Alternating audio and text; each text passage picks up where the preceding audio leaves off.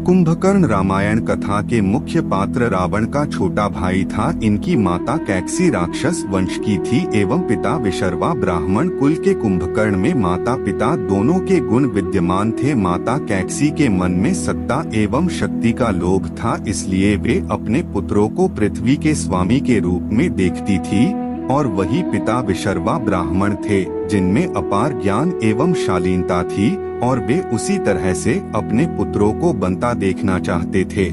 नमस्कार दोस्तों, आप देख रहे हैं धर्म विचार यूट्यूब चैनल, और आप श्री राम के भक्त हैं तो कमेंट में जय श्री राम जरूर लिखना। माता पिता के अलग अलग स्वभाव एवं संस्कारों के कारण ही तीनों पुत्रों रावण, कुंभकर्ण एवं विभीषण में दोनों के गुण निहित थे। कुंभकर्ण को जब अपने भाई रावण के द्वारा माता सीता के हरण के बारे में पता चला तो उसको बहुत दुख हुआ। वह जानता था कि माता सीता स्वयं भगवान विष्णु की पत्नी है। इस कारण से उसने अपने भाई रावण को समझाने को कोशिश की कि वह देवी सीता को सम्मान के साथ राम जी को सौंप दें, लेकिन रावण नहीं माना। रावण के छोटे भाई कुंभकर्ण से जुड़ी यह सच्चाई जानकर दंग रह जाओगे। कुंभकर्ण को जब अपने भाई रावण के द्वारा माता सीता के हरण के बारे में पता चला तो उसको बहुत दुख हुआ। वह जानता था कि माता सीता स्वयं भगवान विष्णु की पत्नी है। इस कारण से उसने अपने भाई रावण को समझाने को कोशिश की कि वह देवी सीता को सम्मान के साथ राम जी को सौंप दें,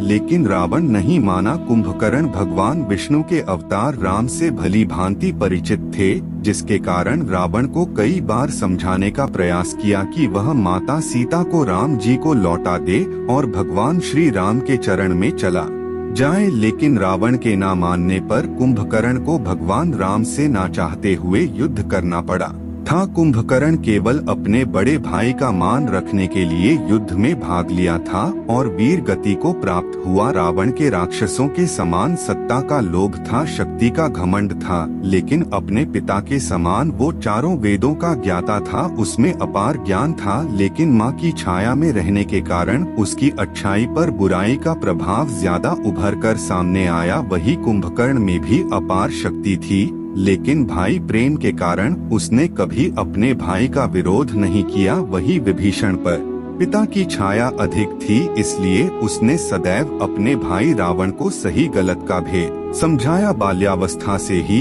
तीनों भाइयों ने कई प्रकार से विद्या ग्रहण की। माता की सीख का प्रभाव रावण पर अधिक था एवं विभीषण पर पिता की सीख का, लेकिन कुंभकर्ण में दोनों के गुण विद्यमान थे। कुंभकर्ण को खाने का बहुत अधिक शौक था एवं अपने बड़े भाई के प्रति अंधी श्रद्धा भी थी। कुंभकर्ण की काया अत्यंत विशाल थी, जिसमें कई हाथियों सा बल था, और वो एक साथ कई गांव के लोगों का भोजन खा सकता था। उससे बात करने के लिए सीढ़ियों के जरिए उस तक पहुंचाना पड़ता था। वो मनुष्यों को अपनी एक हथेली पर बैठा सकता था। इतना बलशाली होने के बाद भी कुंभकर्ण के द्वारा प्राप्त किया वरदान उसके लिए अभिशाप बन गया था। तीनों भाइयों ने ब्रह्मदेव की कठिन तपस्या करना शुरू किया। कुंभकर्ण के मन में स्वर्ग का आधिपत्य प्राप्त करने की मंशा थी, क्योंकि वो जीवन भर भर पेट भोजन करना चाहता था। उसकी इस इच्छा के कारण सभी देवगण चिंतित थे, क्योंकि अगर उसकी इच्छा पूरी होती तो संसार का संपूर्ण भोजन खत्म हो जाता और सभी जगह त्राही मच जाती। इस समस्या के निवारण के लिए सभी ब्रह्मदेव के पास जाते हैं। तब माता सरस्वती इस समस्या का निवारण करती हैं। वो कहती हैं कि जब कुंभकर्ण वरदान मांगेगा तो मैं उसकी जिह्वा पर बैठ जाऊंगी और वो बोल नहीं पाएगा। कुछ समय बाद ब्रह्मदेव कुंभकर्ण की तपस्या से प्रसन्न होकर उसे दर्शन देते हैं और उससे मनचाहा वरदान मांगने को कहते हैं।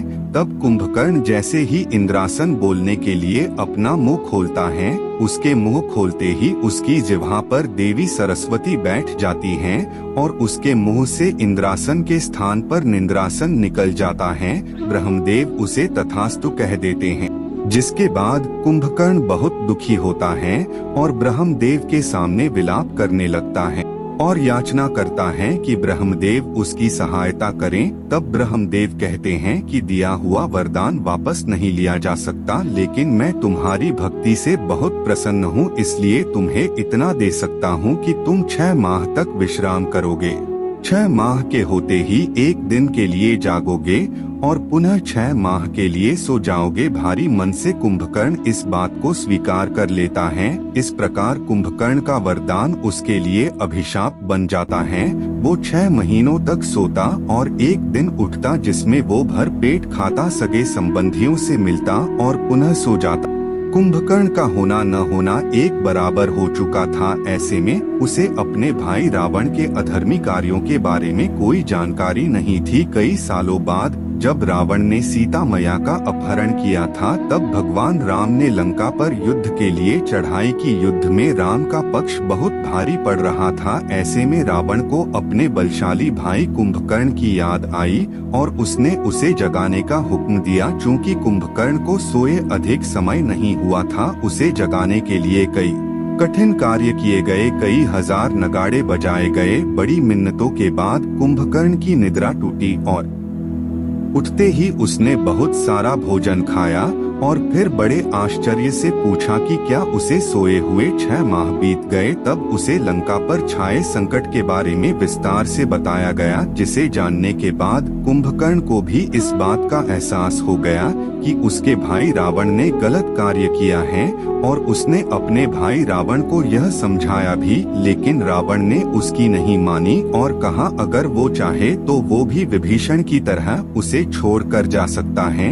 लेकिन भाई प्रेम के कारण कुंभकर्ण ने युद्ध में जाना स्वीकार किया। अगले दिन महाकाय कुंभकर्ण युद्ध भूमि में पहुंचा और चींटियों की भांति राम की वानर सेना को कुचलने लगा। उसे देख सभी डर गए और पूरी सेना में हाहाकार मच गया। तब विभीषण ने कुंभकर्ण के बारे में सभी को विस्तार से बताया। कुंभकर्ण आगे बढ़ता जा रहा था और सेना खत्म होती जा रही थी। तब ही उसकी मुलाकात विभीषण से होती है और विभीषण उसे श्री राम की शरण में जाने को कहता है, लेकिन कुंभकर्ण साफ इनकार कर विभीषण को विश्वासघाती घर का भेदी कहकर उसका अपमान करता है और यह भी कहता है कि वो जानता है कि वो आज जीवित नहीं बचेगा, लेकिन वो कठिन समय में भाई का साथ नहीं छोड़ सकता और वो आगे बढ़ता जाता है। सेना की यह दुर्दशा देख भगवान राम ने स्वयं युद्ध भूमि में जाने का निर्णय लिया और कुंभकर्ण से युद्ध किया। अंत में कुंभकर्ण वीरगति को प्राप्त हुआ और उसने मरते वक्त भगवान राम को सहह प्रणाम किया, क्योंकि वो जानता था कि राम भगवान विष्णु का अवतार हैं। उनके हाथों मिली मृत्यु से कुंभकर्ण का उद्धार हो जाएगा।